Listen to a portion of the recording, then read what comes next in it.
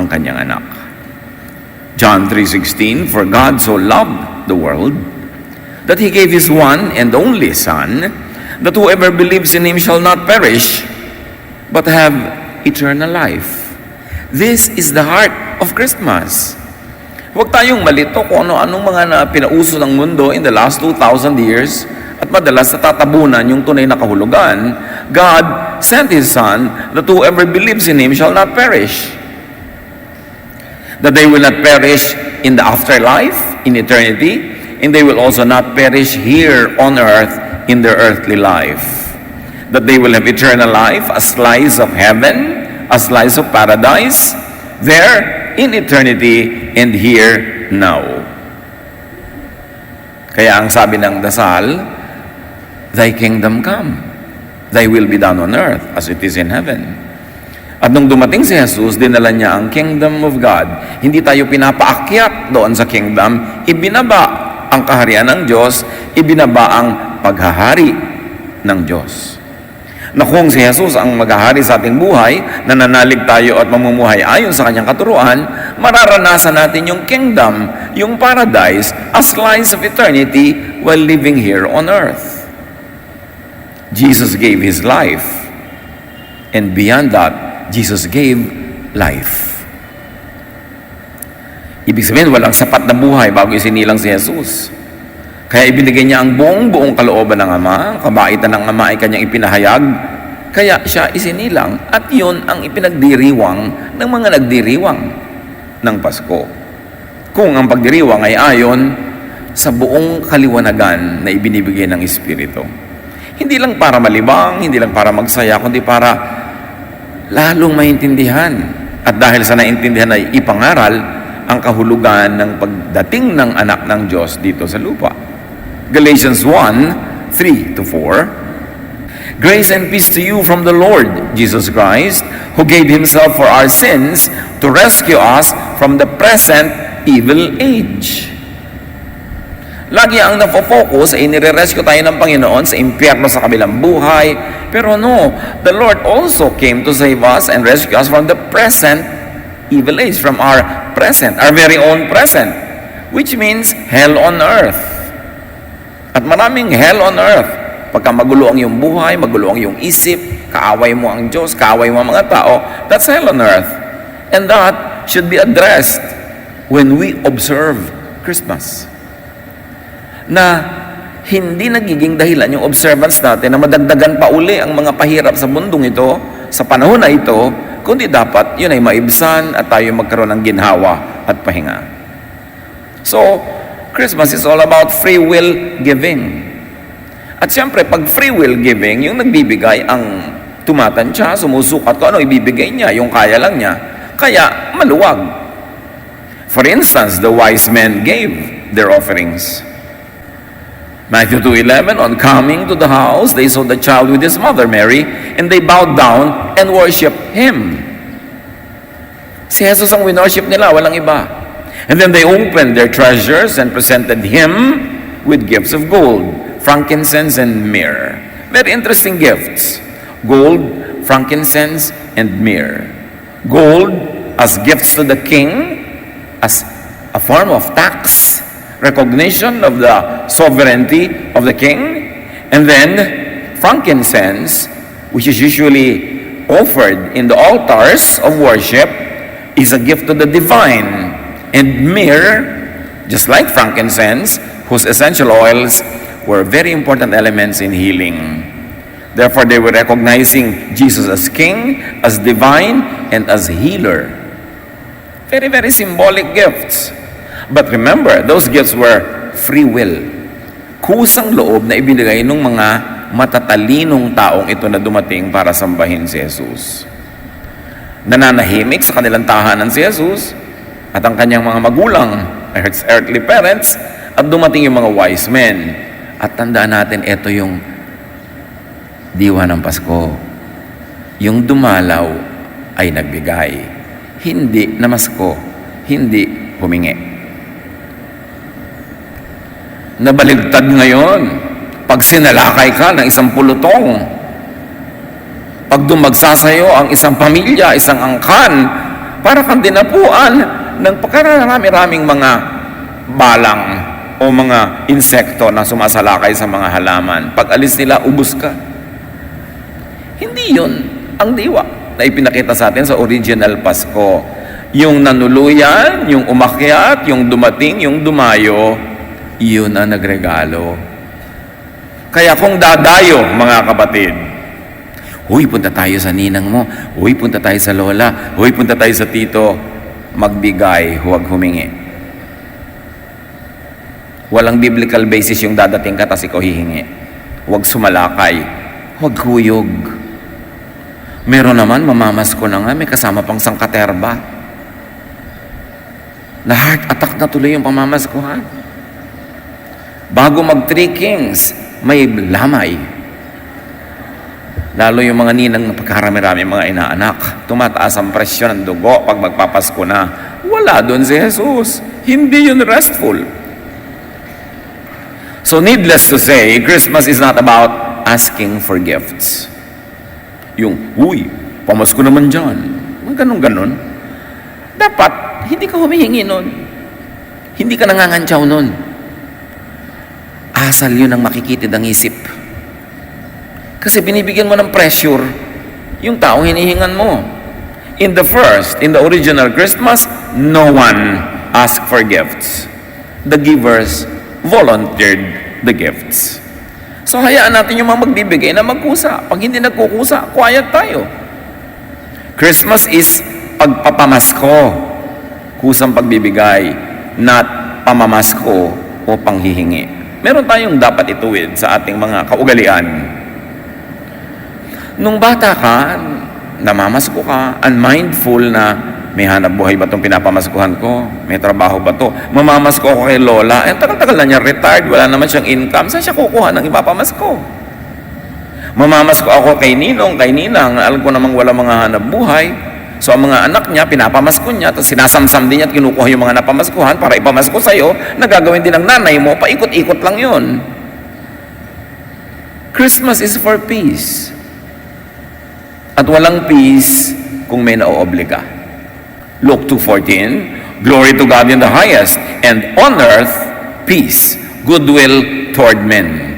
Yan ang deklarasyon ng mga anghel nang sila'y nanaog nung si Jesus ay isinilang at idineklara nila dun sa mga pastol na nag-aalaga ng mga hayop, isinilang na.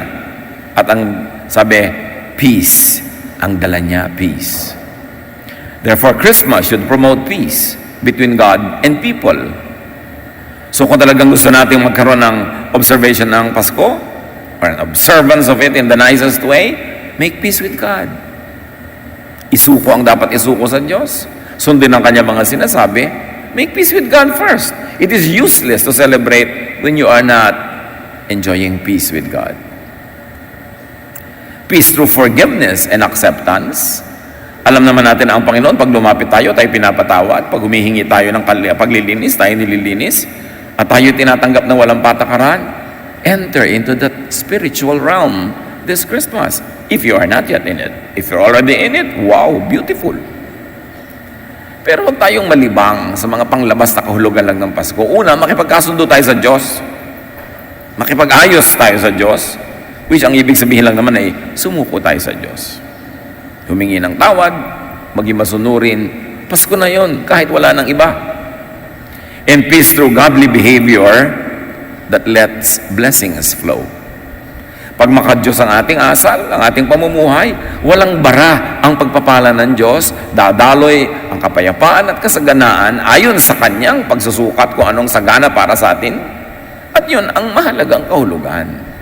Dapat yung meron mga ganitong holidays, you have enough time, enough quiet time, na pagmuni-munian, pag-isip-isipan ang iyong relasyon sa Diyos. Hindi sobrang busy, uminit ng ulo mo, nagalit ka na, lalo kang napalayo sa Diyos. Christmas should promote peace among people. Yan, goodwill to men, peace on earth. Not push people into making war with God or with other people just to celebrate. At alam na alam natin yan sa news, lagi nilang sinasabi dahil magpapasko na, marami ngayong hold up, marami ngayong nakawan, marami ngayong mga krimen, may mga napapatay pa. You mean may nagnanakaw, pumapatay ng kapwa para magkapera siya at maipamasko niya sa kanyang mga inaanak. Anong klaseng corruption ng Pasko yun? Pero nakikita natin how our civilization and culture gets corrupted by the materialism of Christmas. That people, some people, are obligated to do wrong just to observe Christmas. Kabaligtaran ng buong kahulugan ng Pasko. We pride ourselves in being the only Christian country in Asia. Pagkatapos pag Pasko, tumataas ang krimen. Anong klaseng pagiging Christian yon? Kaya dapat balikan natin ang kahulugan ng mga ganitong mga bagay. Christmas should promote peace of mind. Mga kapatid, sasabihin nyo, magpapasko na, ang tahitahimik ng isip ko, kasi iniisip ko si Jesus, kasi iniisip ko ang pagpapatawad sa aking mga kasalanan, kasi iniisip ko ang pagsunod sa Kanya. O, magpapasko na, wala pa akong pera. Magpapasko na, kulang pa ang panghanda. Magpapasko na, hindi ko pa natatanggap ang mga 13th pay ko at mga bonus, etc., etc. So, ang nangyayari, yung Pasko, ang dala-dala sa'yo, alalahanin, baligtad. Kasi nagpapadala tayo sa patakaran at kaayusan ng mundo na kaguluhan actually. Lalo sa Pilipinas, September pa lang, nagpapatugtog na ang mga malls ng Christmas songs para i-condition ka na mag-shopping. Sa palagay nyo, para i-condition ka sumamba? No! Para mag-isip ka ng mamili. Lahat ng mga holidays na yan, invented holidays, mga Mother's Day, Father's Day, Grandmother's Day, kumisan meron na rin ngayong Uncle's Day, Auntie's Day, Neighbor's Day, Cousin's Day. Yan para ka lang mag-shopping. At para ka magkain sa mga restaurant, kumita sila. Huwag tayong pauto. Maganda to remember people, pero hindi mo kailangang remember sila in a way na magastos, maraming dapat bilhin. Kasi commercialization yan, panguuto sa atin yan. Ngayon, kung meron kang pambigay, maganda. Pero kung wala, huwag mo obligahin ang sarili mo kasi hindi yun ang tunay na kalooban ng Diyos para sa atin. It should be peace of mind, not worry, not stress about expenses and activities.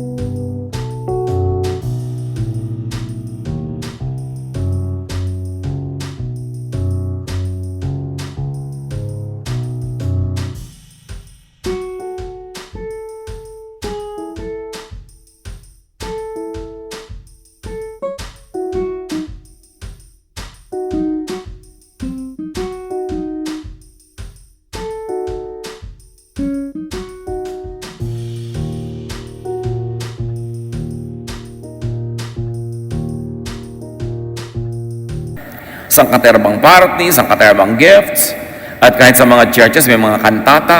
You know why hindi tayo nagpapakantata dito sa atin? Kasi naobserbahan ko na sa haba-haba nang nakita ko ng mga church traditions, sobrang nakakapagod sa choir yung kantata. Kaka-stress.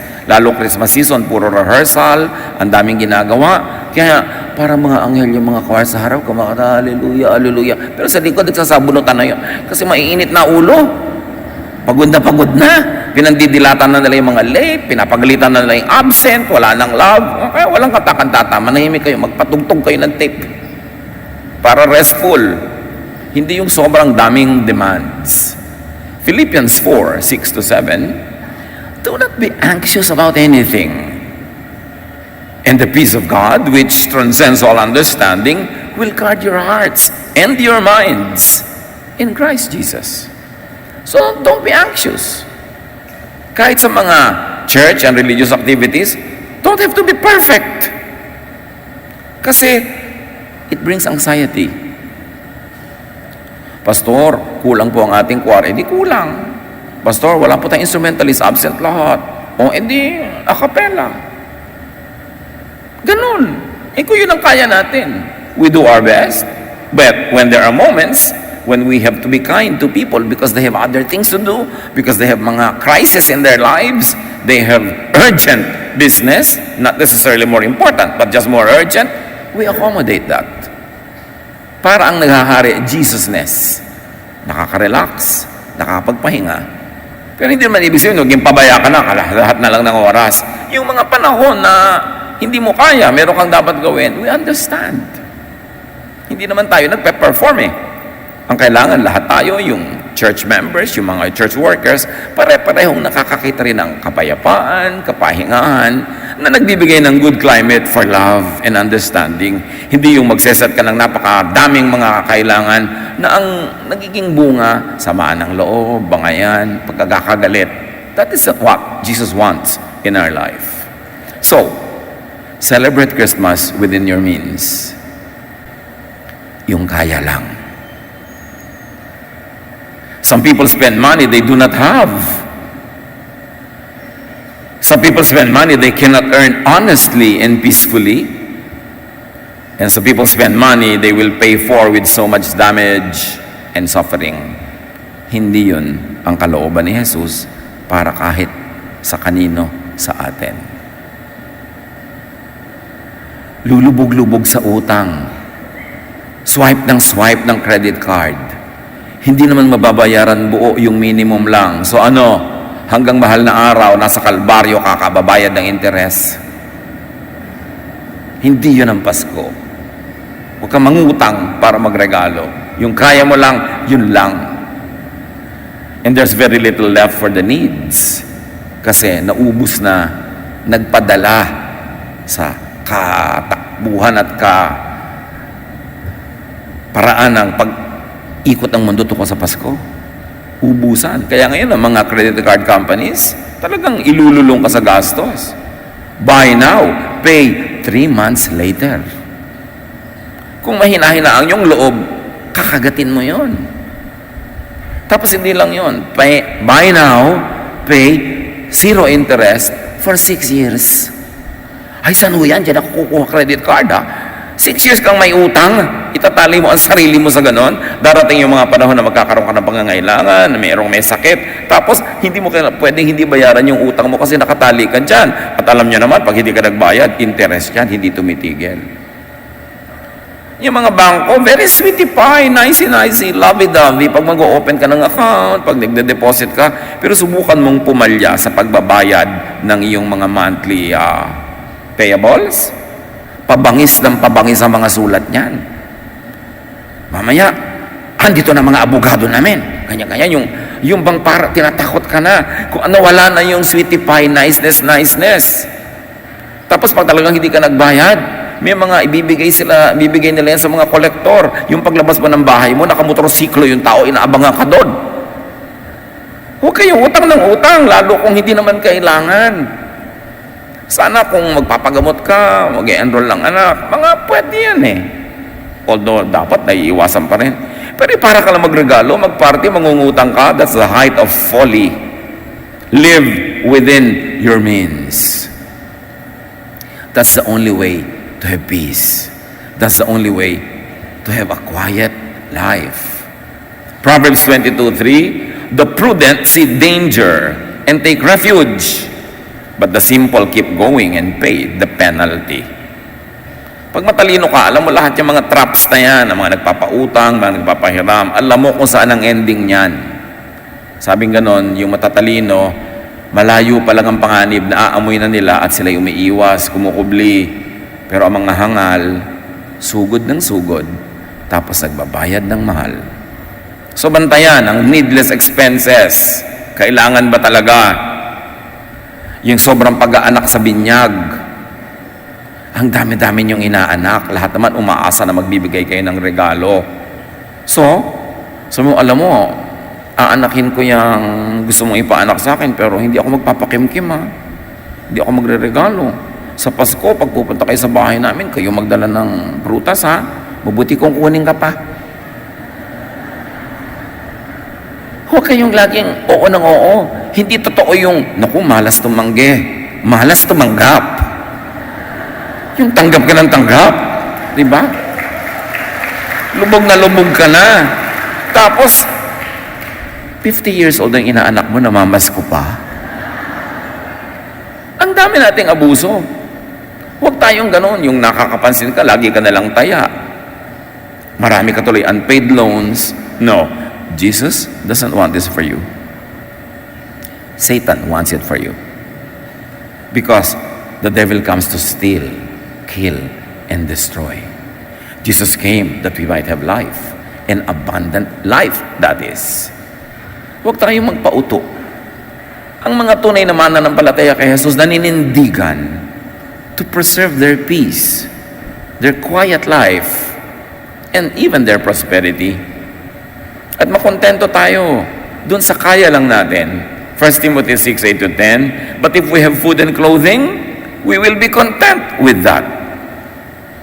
Those who want to get rich or to be one day millionaires in spending fall into temptation and a trap and into many foolish and harmful desires that plunge people into ruin and destruction. For the love of money, or the things that money can buy, is the root of all kinds of evil. Some people eager for money have wandered from the faith and pierced themselves with many griefs. Marami mga taong nalinlang, sobrang gumastos, sobrang humilig sa pera, humilig sa gastos, nalalayo sila sa Diyos. Nalalayo sa mga itinuturo ng pananampalataya at yumayakap sila sa napakaraming mga lungkot at problema. After all honest and hard work, be contented with what you have, with what you receive, and especially with what you can give. Kumisa na obliga tayo na emotional blackmail tayo, mapaligaya lang natin ang lolo't lola, magulang, anak, kapatid, asawa, kung sino-sino, hanggang magkalubog-lubog na tayo sa utang. Hindi yun marapat. Yung kaya lang natin. At huwag nating konsintihin ang ating mga kamag-anak na laging umaasa ng napakalaking mga bigay natin, napakalaking mga pamasko na hindi na natin kaya. Kailangan yung sa makatotohanan lang. Huwag maging obligadong Santa Claus. Si Santa Claus ay guni-guni. So huwag kang maging isang guni-guni. Kailangan makatotohanan. Hebrews 13:5, keep your lives free from the love of money and be content with what you have, because God has said, never will I leave you, never will I forsake you. So yun ang ating Pasko, the presence of God in our lives.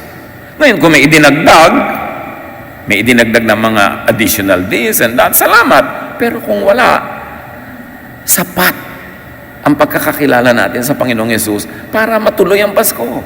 Jesus is the heart of Christmas. Lagi natin ito sinasabi, pero gawin natin totoo sa ating practice, hindi lang sa isip. Do not play along with the system. Huwag tayong magpadala sa mga kanta, kung ano-ano mga requirements para magkaroon tayo ng Pasko. Romans 12:2, do not conform to the pattern of this world. Huwag kayong makiayon sa takbo ng mundong ito. Huwag makiuso. Ang mga anak ng Diyos ang dapat nagpapauso ng tama, hindi nakikiuso sa mali, sa excessive, sa nakakapagpahirap, nakakapagpasikip ng dibdib. Colossians 2:8, see to it that no one takes you captive through hollow and deceptive philosophy, which depends on human tradition rather than on Christ. Kay Kristo dapat nakabata yung ginagawa natin, hindi sa mga kaugalian ng tao. Do not be pressured to give gifts beyond your means. 1 John 3:8, the reason the Son of God appeared was to destroy the devil's work. You see? Kaya isinilang ang anak ng Diyos para wasakin ang gawain ni Satanas. Pero kung ang pag-observe natin ng Pasko ay nagkakaroon ng space si Satanas para manggulo, magpahirap, mandaya, baligtad ang nagiging kahulugan ng Pasko sa atin. Christmas should promote positive values, values of hard work, of thrift, values of saving, values of being conservative in our extravagance, in our consumption. Christmas should promote and build good character, especially among children. Hindi dapat na ang Pasko nakakasanayan at nagiging turo sa bata na maging palahingi, materialistic, at maiinggitin sa kapwa na dapat ang laruan ng kanyang kaibigan, ng kanyang pinsan, ng kapitbahay, meron din siya. Tapos kukonsintihin ninyo, hindi magandang turo yun. Turuan, sanayin ng mga bata sa essential Christmas, not sa materialistic Christmas. And the essence of Christmas is Jesus, love, peace, and rest. Hindi yung dahil bata siya, entitled siyang maregaluhan, entitled siyang tanggapin ang lahat ng ito, entitled siya ng ganun, kahit hindi kaya. At ito, malaking temptation, lalo sa mga OFW families. Dahil wala si ina sa kanyang bahay, buong taon, wala si ama. So, tatambakan na lang ng tatambakan ng kung anong regalong nabibili ng pera yung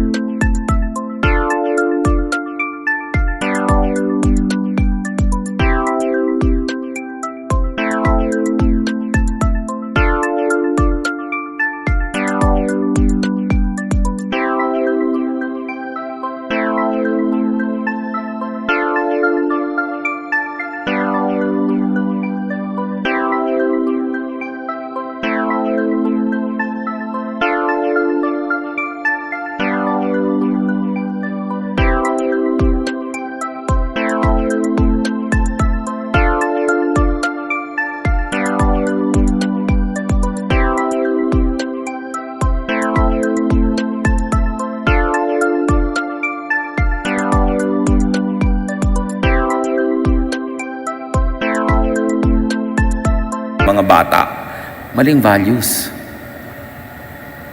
Parang binibili mo yung pag-ibig ng bata, sinusuhulan mo para kamahalin.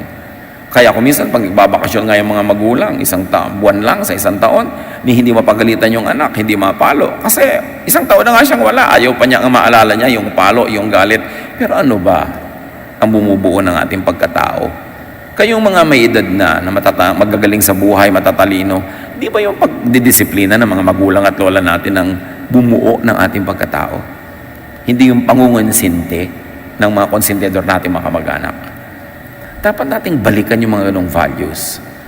Proverbs 22:6, start children off on the way they should go. And even when they are old, they will not turn from it. Bata pa lang ituro ang tama. Pag yun ang kinalakihan, pagka sila ay dumating na sa kanilang middle age, even in their late youth, pagod, yung mga pagod mo sa pagtuturo, pahinga ka na kasi naituro mo na eh. Automatic, magiging gano'n na sila. Hindi na sila maiiba pa kahit kailan. Pero hindi ka nagturo ng tama sa bata, hanggang tumanda yan, pagod na pagod ka dahil hindi siya nagmamature. Teach children to give, not just receive. Siyempre, bibigyan din natin sila ng gifts kasi talaga namang maganda sa bata yung Pasko. Pero turuan natin silang huwag lang tanggap ng tanggap. Teach them to give. Teach them to save, to be able to give. Teach them to be happy to give and to be happy to receive whatever the giver can afford. Ang mga bata, lalo't nag-aaral sa eskwela, binibigyan natin ng baon, binibigyan natin ng allowance. Maganda yung may alkansya ka dyan, kung anumang form of alkansya yan, kay electronic yan, o literal alkansya, or primitive alkansya. Maganda sinasabi mo sa bata, January na anak, mag-iipon tayo ng pamasko sa ninang mo, mag-iipon tayo ng pamasko sa lola mo, mag-iipon tayo ng pamasko sa tita mo. So, ito yung mga alkansya. Maghuhulog ka dyan, yung mga hindi mo nagasto sa weekly allowance mo. Pag naghulog ka ng piso, tutumbasan ko anak ng 10 pesos. Tapos iipunin natin yan. At kung ano ang abutin yan sa Pasko, ipagre-regalo natin. Gusto mo bang ipag-ipon ng lola mo? Ay, ayoko po. Ay, no, maganda pag-ipon ng lola kasi ang lola ang nagpanganak sa akin tapos pinanganak kita. So, yung lola mo, re-regaluhan natin. Hindi, anak, malapit na ang Pasko, babakalan natin ang lola mo. Diba? Yung dapat tipak ang makuha mo sa lola mo. Ang ituturo mo sa kasakiman. Ang ituturo mo, paghingi. Baligtad. So habang dumadami ngayon yung iniipon niya, na-excite siya, wow, malapit ko na maibili ang lola, malapit ko na marigaluhan ng tita. Ano yung tinuturo niyo sa kanya? To be a giver. Pero siyempre, bibigyan din natin siya. Pero hindi lang siya tanggap ng tanggap. Kasi yung tanggap ka lang ng tanggap, akala mo gano'n ang buhay. Hindi mo alam yung totoo na marami ka rin dapat ibigay. So hindi balance ang utak niya, lalaki siya na entitled. Pag may problema siya, solvein mo. Pag meron siyang utang, bayaran mo. Pag meron siyang nasira, buuin mo. Ganoon ang mga batang pinapalaki natin na tanggap lang ng tanggap. Give meaningful and helpful gifts to children.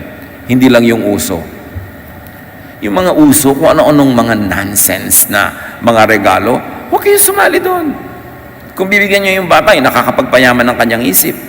Kung bibigyan nyo siya ng laruan, yung may kalaro siyang kapwa-bata, hindi yung nag-iisa lang siya sa kwarto, nakakulong maghapon, laro ng laro doon. Anong klaseng ugali ang ituturo nyo sa kanya? Nakahiwalay sa kapwa-tao, nabubuhay na ang kasama, gadget? Ano siya, robot? Pag-isipan natin ang mga nireregalo natin sa mga bata. Yung initial happiness nila na natanggap nila yon, maaari tayong nagtatanim sa kanyang ugali ng isang hindi magandang patutunguhan. Mag-isip-isip. Christmas should not be misused to promote oppressive materialism. Na nagdadabog yung bata, nag-iiyak pag hindi mo na ibigay yung laruan na katulad nung sa kapitbahay niya. Alam nyo na ang buhay hindi pantay-pantay. So kung talagang hindi pantay ang economy nyo sa kapitbahay, huwag nyong pantayan kasi hindi nyo kaya. Sabi natin, anak, meron siya nun kasi marami sila extra pera. Tayo, walang ganon. Kaya yung meron na lang tayo, yun ang enjoyin mo. Yun ang katotohanan natin. Kailangan turuan ng mga bata ng ganon. Luke 12:15, be on your guard against all kinds of greed. Life does not consist in an abundance of possessions. Hindi doon nadadala. Christmas should not promote uncontrolled consumption. Proverbs 21:20, the wise store up choice food and olive oil, but fools gout theirs down. Ang bahay ng matalino ay napupuno ng kayamanan, ngunit ang lahat ay winawaldas ng taong mangmang. Hindi kailangan lahat bilhin at enjoyin sa isang araw lang o isang linggo. Tapos ang tagal-tagal nyo na naman na deprived. Kailangan naka-budget. May konti kang observation na extra special kasi holiday, pero hindi mo ubusin lahat. Sabi nga ng matatanda, ubus-ubus biyaya, bukas nakatunganga. Christmas should not promote wasteful practices. Simpleng-simple na lang, excessive gift wrapping. Yung may ribbon na, pagkatanggal mo, mayroong pambalot. Pagkatanggal ng balot, may kahon pa, takot-takot ang tape at stapler. Pagkatapos, pagbukas mo doon sa kahon, may panarbagong balot na naman doon, na parang malambot at manipis na papel. Ang daming sinayang, ang daming punong namatay dahil lang nagregalo ka. So, tama na yung mga balot-balot, ibigay nyo na lang ng hubad yung regalo nyo.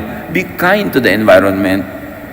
Yung ang dami mong tape na tatanggalin, mga ribbon na wala namang katuturan. Itatago mo kunwari, baka magamit mo, ang dami-dami na, inipis na, hindi mo rin naman nagagamit. Tapos yung sabay-sabay na foods.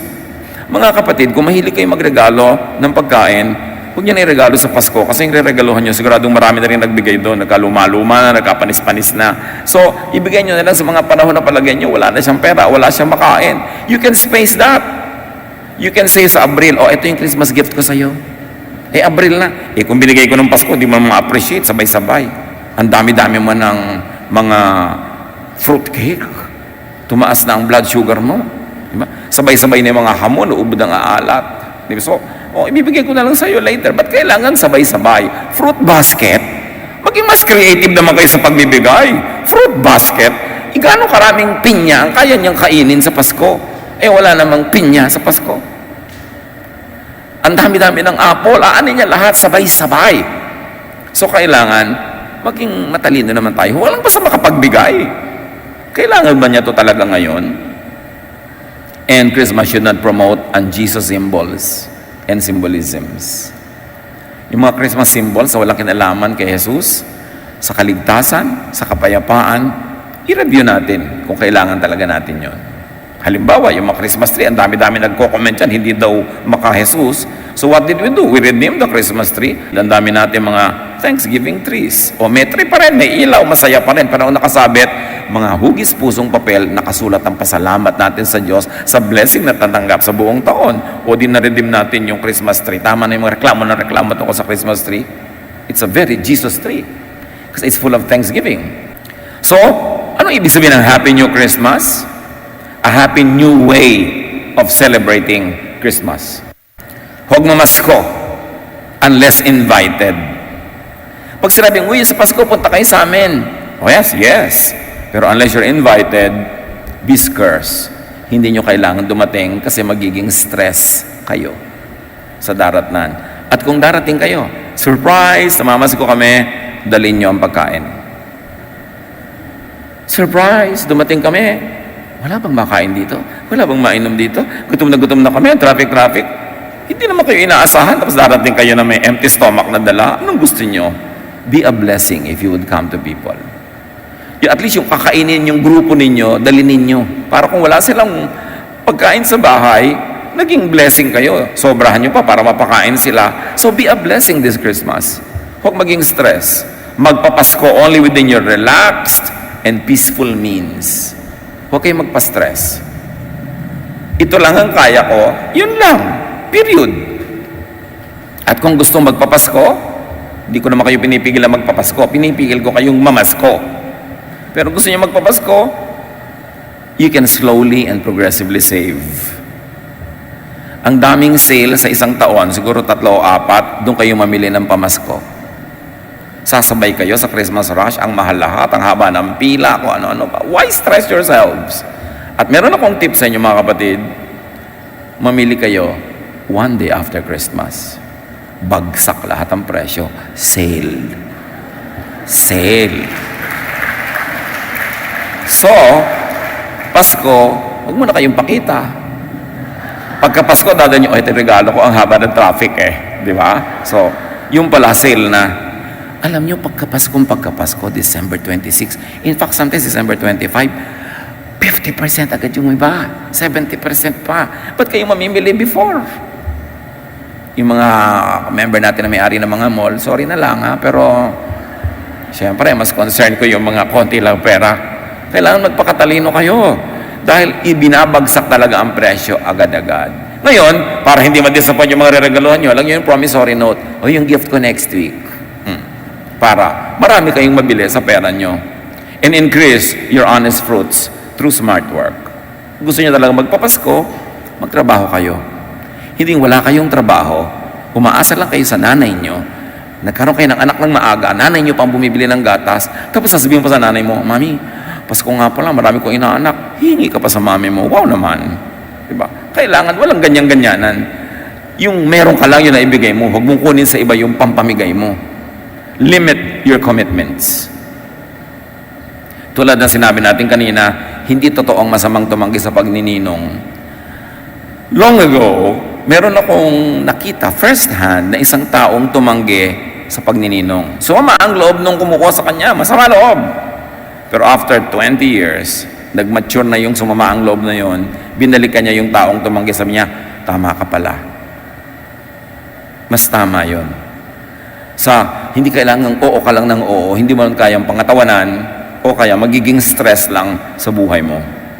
Do not set very high standards in giving. Mga kapatid, kahit mapera kayo this year, sikapin nyo huwag masyadong malaki ang halaga ng mga regalo nyo kasi hindi kayo sure kung mapera kayo next year.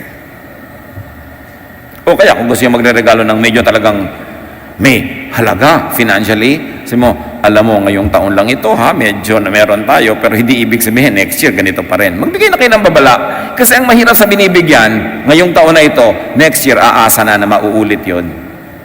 Kaya meron ka dapat babala. Kahit sa yung mga mayaman moments, huwag kang sobrang galante kasi hindi mo sure kung laging magiging ganon ang iyong pamumuhay. So decrease or limit and stop giving gifts when your resources decrease or run out. Ngayong taon na ito, wala talaga kayong pera, okay, magregalo. Hindi nyo kailangan ituloy ang tradisyon kung nakakapagpahirap na yun sa inyo. Do not be oppressed by image. Yung may image ka na Santa Claus, may image ka na galante, sa ngayon wala kang pera. Di wala. Dapat sa totoo lang tayong mabuhay. And recipients, mga tagatanggap, set your givers free. Pwede nyo na sabihin, ay ninong, may trabaho na po ako.